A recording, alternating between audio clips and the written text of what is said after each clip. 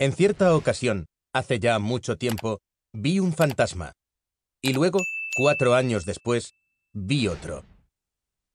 El primer fantasma era amable, incluso olía bien. A nardos. Era el espíritu de Beatriz Obregón. Gracias a ella encontré las lágrimas de Shiva, un fabuloso collar que había estado perdido durante 70 años. El segundo fantasma fue mucho menos amable. Daba miedo y, desde luego, no olía precisamente a nardos.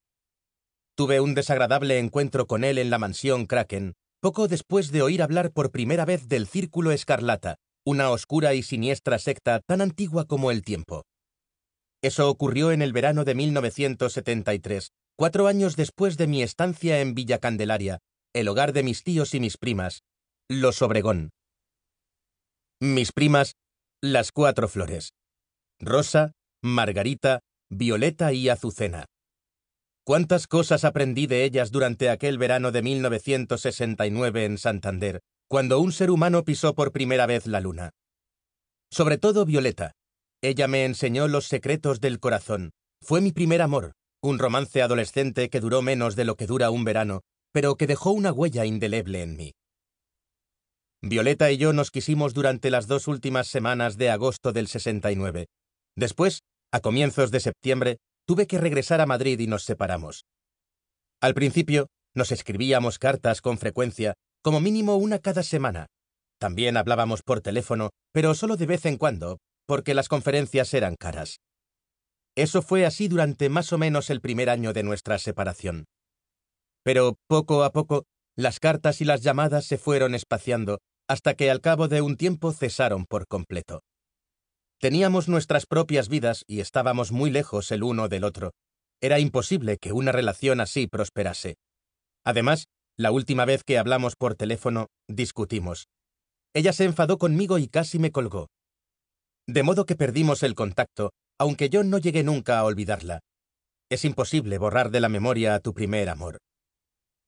Pasaron los años y el mundo fue cambiando lentamente, aunque en España seguía Franco, el viejo dictador, cada vez más viejo y con las manos temblorosas por la enfermedad de Parkinson.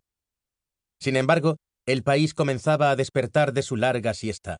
Cada vez se veían más chicos con el pelo largo y más chicas con minifalda, y las manifestaciones resonaban con frecuencia en las fábricas y las universidades. La gente quería libertad y democracia, y cada vez lo gritaba más alto. Aún faltaban unos años para obtenerlas, pero el país ya se estaba sacudiendo el sopor. Acabé el colegio, hice preu y me matriculé en la Universidad Complutense. Escogí la Facultad de Físicas. Supongo que mi afición a la ciencia ficción influyó en que eligiera una carrera de ciencias. Además, mi padre era químico, y quizá optar por la física había sido una sutil forma de llevarle la contraria. Mi padre se había restablecido por completo de su enfermedad y mi madre seguía tan activa y enérgica como siempre. La verdad es que mi vida no podía ser más corriente, salvo por un pequeño detalle. En el pasado había visto un fantasma. Eso es raro, ¿verdad? No obstante, con el paso del tiempo, conforme aquella experiencia me resultaba cada vez más lejana, empecé a sospechar que todo había sido fruto de mi imaginación, quizá un sueño tan realista que lo confundí con la realidad. Además, no le había hablado a nadie de mi fantasma. No quería que me consideraran un chiflado, de modo que fui relegándolo a un rincón de la memoria. De hecho, esa fue la causa de la discusión con Violeta. Le dije que creía haber imaginado mi encuentro con el fantasma de Beatriz Obregón, y ella se enfadó muchísimo. Me dijo que era un cabeza cuadrada, se despidió con sequedad y colgó. No volvimos a hablar. Hasta que una mañana de finales de junio de 1973 sonó el teléfono de casa. Ni remotamente podía imaginarme que quien llamaba era mi pasado. No hay nada más placentero que acabar el curso con todo aprobado y tener por delante un largo y cálido verano para hacer lo que te venga en gana. Así me sentía yo a principios de verano del 73. Las últimas notas ya habían salido y eran perfectas. Vale, solo conseguí un montón de aprobados y un par de notables, pero a mí me sabían a gloria.